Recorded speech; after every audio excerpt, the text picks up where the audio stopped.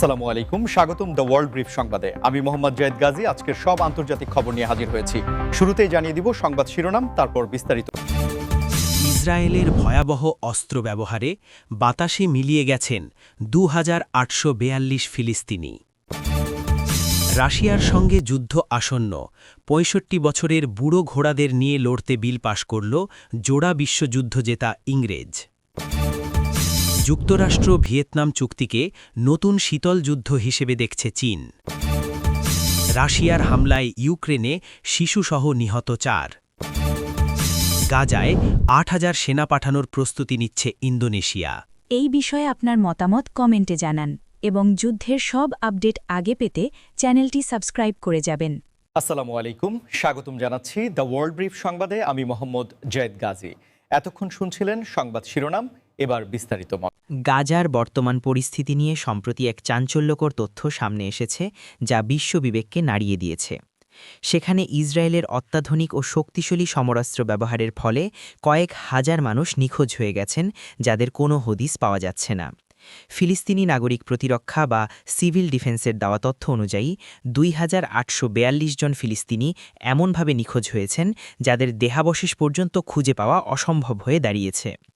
বিশ্লেষকরা বলছেন, আধুনিক সমরাস্ত্রের যে মাত্রায় সেখানে ব্যবহার করা হয়েছে, তাতে করে ধ্বংসস্তূপের নিচে আটকা পড়া ব্যক্তিদের উদ্ধার করা তো দূরের কথা, তাদের অস্তিত্ব শনাক্ত করাও কঠিন হয়ে পড়েছে।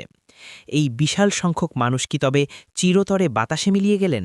এই প্রশ্নটি এখন বড় হয়ে দাঁড়িয়েছে। উদ্ধারকারী দলগুলো জানাচ্ছে যে ধ্বংসস্তূপের নিচে চাপা পড়া বা সরাসরি হামলার শিকার হওয়া ব্যক্তিদের উদ্ধারের জন্য প্রয়োজনীয় ভারী যন্ত্রপাতির অভাব রয়েছে। আবার অনেক ক্ষেত্রে দেখা যাচ্ছে, নির্দিষ্ট কিছু অস্ত্রের প্রভাবে মানবদেহের জৈবিক গঠন এমনভাবে ক্ষতিগ্রস্ত হয়েছে যে সেখানে ফরেনসিক পরীক্ষা করার মতো কিছু অবশিষ্ট নেই।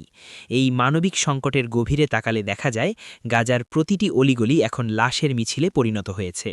কিন্তু এই ২,৮৪২ জনের ক্ষেত্রে বিষয়টি ভিন্ন এবং রহস্যময়।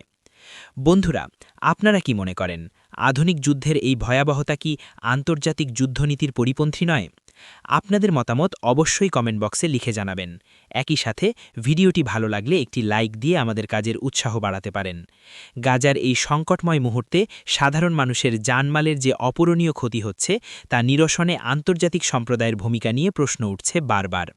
যেখানে প্রতিটি প্রাণের মূল্য অপরিসীম, সেখানে হাজার হাজার মানুষের এভাবে নিখোঁজ হয়ে যাওয়া একটি বিশাল শূন্যতা তৈরি করে। বিশেষজ্ঞরা বলছেন, আধুনিক প্রযুক্তি ও উচ্চ ক্ষমতাসম্পন্ন বিস্ফোরকের ব্যবহারের ফলে তৈরি হওয়া প্রচণ্ড তাপ ও চাপ অনেক সময় বস্তুকে বা জৈবিক অংশকে ছাইয়ে পরিণত করতে পারে। এই পরিস্থিতিতে গাজার সিভিল ডিফেন্স বারবার সাহায্য প্রার্থনা করলেও মাঠ পর্যায়ে তার প্রতিফলন খুব একটা দেখা যাচ্ছে না। ফলে এই ২,৮৪২ জনের পরিবার আজও অপেক্ষায় আছে যে হয়তো তাদের প্রিয়জনরা ফিরে আসবে, কিন্তু বাস্তব পরিস্থিতি অত্যন্ত কঠিন। এবার আসছি ব্রিটিশ রাজনীতি ও সামরিক কৌশলের এক অদ্ভুত পরিবর্তনের খবরে। রাশিয়ার সাথে সম্ভাব্য যুদ্ধের আশঙ্কায় ব্রিটেন এখন তাদের সামরিক শক্তি ঢেলে সাজানোর পরিকল্পনা করছে। সম্প্রতি ব্রিটিশ পার্লামেন্টে একটি বিল নিয়ে আলোচনা হচ্ছে, যেখানে এমনকি ৬৫ বছর বয়সী নাগরিকদেরও যুদ্ধের প্রয়োজনে তলব করা হতে পারে। বিষয়টি নিয়ে সারা বিশ্বে হাস্যরসের পাশাপাশি উদ্বেগেরও সৃষ্টি হয়েছে।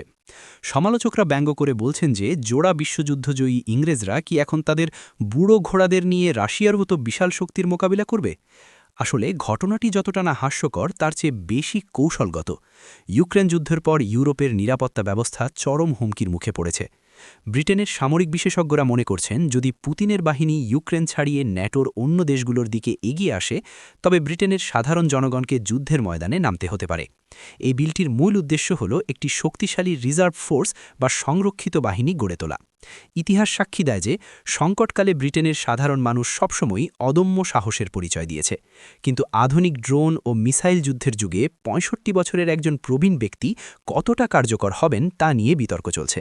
তবে সরকারের পক্ষ থেকে বলা হচ্ছে, এই বয়স্ক ব্যক্তিদের সরাসরি সামনের সারির যুদ্ধে নয়, বরং লজিস্টিক্স, সাইবার নিরাপত্তা ও অভ্যন্তরীণ প্রতিরক্ষায় ব্যবহার করা হবে। বন্ধুরা, আপনারা কি মনে করেন এই সিদ্ধান্ত কি ব্রিটেনের দুর্বলতা নাকি সাহসের বহিঃপ্রকাশ?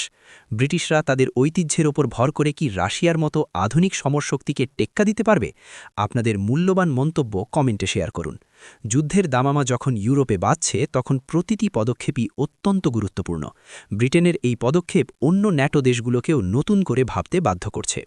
অনেকেই একে টোটাল ওয়ার বা সর্বাত্মক যুদ্ধের প্রস্তুতি হিসেবে দেখছেন, যেখানে কেবল প্রশিক্ষিত সেনাবাহিনী নয় বরং দেশের প্রতিটি সক্ষম নাগরিককে যুদ্ধের জন্য মানসিকভাবে তৈরি রাখা হয়। আন্তর্জাতিক রাজনীতির মঞ্চে এখন অন্যতম আলোচনার বিষয় হল যুক্তরাষ্ট্র ও ভিয়েতনামের মধ্যে হওয়া নতুন কৌশলগত চুক্তি। চীন এই চুক্তিকে কেবল একটি দ্বিপাক্ষিক সম্পর্ক হিসাবে দেখছে না, বরং তারা একে একটি নতুন শীতল যুদ্ধ বা এশিয়ায় চীনের প্রভাব কমানোর মার্কিন চক্রান্ত হিসাবে অভিহিত করেছে। ভিয়েতনাম একসময় যুক্তরাষ্ট্রের সাথে রক্তক্ষয়ী যুদ্ধে লিপ্ত থাকলেও বর্তমানে তারা নিজেদের অর্থনৈতিক ও সামরিক স্বার্থে ওয়াশিংটনের দিকে ঝুঁকে পড়ছে। গত কয়েক মাসে দুই দেশের উচ্চ পর্যায়ের সফরগুলো প্রমাণ করে যে দক্ষিণ চীন সাগরে বেইজিংয়ের ক্রমবর্ধমান শক্তিকে চ্যালেঞ্জ জানাতে যুক্তরাষ্ট্র ভিয়েতনামকে একটি শক্তিশালী ঢাল হিসেবে ব্যবহার করতে চায়। চুক্তির আওতায় প্রযুক্তি হস্তান্তর, সেমিকন্ডাক্টর চিপ উৎপাদন এবং সামরিক সহযোগিতার মতো বিষয়গুলো অন্তর্ভুক্ত রয়েছে। চীন মনে করছে যুক্তরাষ্ট্র ইন্দো প্যাসিফিক স্ট্র্যাটেজির নামে তাদের চারপাশ থেকে ঘিরে ফেলার চেষ্টা করছে। ভিয়েতনামের সাথে যুক্তরাষ্ট্রের এই মাখামাখি চীনের নিরাপত্তার জন্য হুমকি হয়ে দাঁড়াতে পারে বলে বেইজিং সতর্ক করেছে। অন্যদিকে ভিয়েতনাম একটি ভারসাম্যপূর্ণ পররাষ্ট্রনীতি বজায় রাখার চেষ্টা করছে। তারা যেমন চীনের সাথে বাণিজ্য সম্পর্ক ঠিক রাখতে চায়, তেমনি নিজেদের সার্বভৌমত্ব রক্ষায় যুক্তরাষ্ট্রের সহযোগিতা প্রয়োজন মনে করছে। বন্ধুরা, আপনার কি মনে হয় ভিয়েতনাম ও যুক্তরাষ্ট্রের এই ঘনিষ্ঠতা কি এশিয়ায় নতুন কোনো সংঘাতের জন্ম দেবে? চীন কি পারবে তার প্রভাব বজায় রাখতে? আপনাদের মতামত আমাদের জানান। বর্তমান ভূরাজনৈতিক প্রেক্ষাপটে এই চুক্তিটি অত্যন্ত তাৎপর্যপূর্ণ, কারণ ভিয়েতনাম কৌশলগতভাবে দক্ষিণ চীন সাগরের এমন একটি অবস্থানে রয়েছে যেখান দিয়ে বিশ্বের বিশাল পরিমাণ বাণিজ্যিক জাহাজ যাতায়াত করে। Hello, we're excited to show you our native speech. Ukraine ও রাশিয়ার মধ্যকার দীর্ঘস্থায়ী যুদ্ধের ভয়াবহতা কমছেই না, বরং দিন দিন তা আরও নৃশংস হয়ে উঠছে। সম্প্রতি রাশিয়ার একটি ক্ষেপণাস্ত্র হামলায় ইউক্রেনের শিশুসহ অন্তত 4 জন সাধারণ মানুষ প্রাণ হারিয়েছেন। এই হামলাটি চালানো হয়েছে একটি জনবহুল আবাসিক এলাকায়, যেখানে সামরিক কোনো স্থাপনা ছিল না বলে স্থানীয় সূত্রগুলো দাবি করেছে। উদ্ধারকর্মীরা জানিয়েছেন যে ধ্বংসস্তূপের নিচ থেকে যখন শিশুদের দেহ উদ্ধার করা হচ্ছিল, তখন পুরো এলাকায় এক শোকাবহ পরিবেশ তৈরি হয়। ইউক্রেনের প্রেসিডেন্ট জেলেনস্কি এই ঘটনাকে রাশিয়ার সন্ত্রাসী কর্মকাণ্ড হিসেবে আখ্যায়িত করেছেন এবং বিশ্ব সম্প্রদায়ের কাছে আরও বেশি আকাশ প্রতিরক্ষা ব্যবস্থা চেয়েছেন। যুদ্ধের শুরু থেকে এখন পর্যন্ত রাশিয়ার হামলায় হাজার হাজার ইউক্রেনীয় শিশু ক্ষতিগ্রস্ত হয়েছে, যা আন্তর্জাতিক মানবাধিকার আইনের চরম লঙ্ঘন। রাশিয়ার পক্ষ থেকে দাবি করা হয়েছে যে তারা কেবল সামরিক লক্ষ্যবস্তুতেই হামলা চালাচ্ছে, কিন্তু বাস্তবে বেসামরিক নাগরিকদের উপর হামলার পরিসংখ্যান ভিন্ন কথা বলছে। বন্ধুরা, এই যে সাধারণ মানুষের প্রাণহানি, বিশেষ করে শিশুদের উপর এমন হামলা, তা কি কোনোভাবেই সমর্থনযোগ্য? যুদ্ধের ময়দানে যখন মানবতা পরাজিত হয়, তখন সারা বিশ্বের উচিত সোচ্চার হওয়া। আপনারা এই বিষয়ে কি ভাবছেন?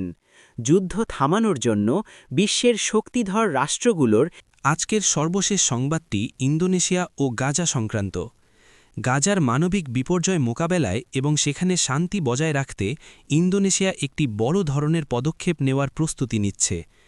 ইন্দোনেশিয়ার বর্তমান প্রতিরক্ষা মন্ত্রী এবং নির্বাচিত পরবর্তী প্রেসিডেন্ট প্রাবোও সুবিয়ান্তো ঘোষণা করেছেন যে যদি জাতিসংঘ থেকে অনুরোধ আসে বা পরিস্থিতি অনুকূলে থাকে, তবে তারা গাজায় ৮,০০০ পর্যন্ত শান্তিরক্ষা সেনা পাঠাতে প্রস্তুত। মুসলিম বিশ্বের অন্যতম শক্তিশালী দেশ হিসেবে ইন্দোনেশিয়া সবসময়ই ফিলিস্তিনের অধিকারের পক্ষে সোচ্চার। তারা মনে করছে গাজায় বর্তমানে যে মানবিক সংকট চলছে, সেখানে কেবল ত্রাণ পাঠিয়ে সমস্যার সমাধান হবে না, বরং মাঠ পর্যায়ে নিরাপত্তা নিশ্চিত করা জরুরি।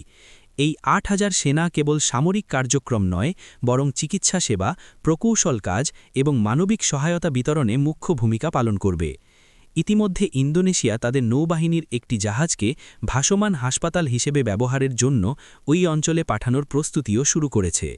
যদি এই বিশাল বাহিনী গাজায় যায়, তবে তা হবে বর্তমান যুদ্ধের প্রেক্ষাপটে কোনো মুসলিম দেশের পক্ষ থেকে নেওয়া সবচেয়ে বড় পদক্ষেপ।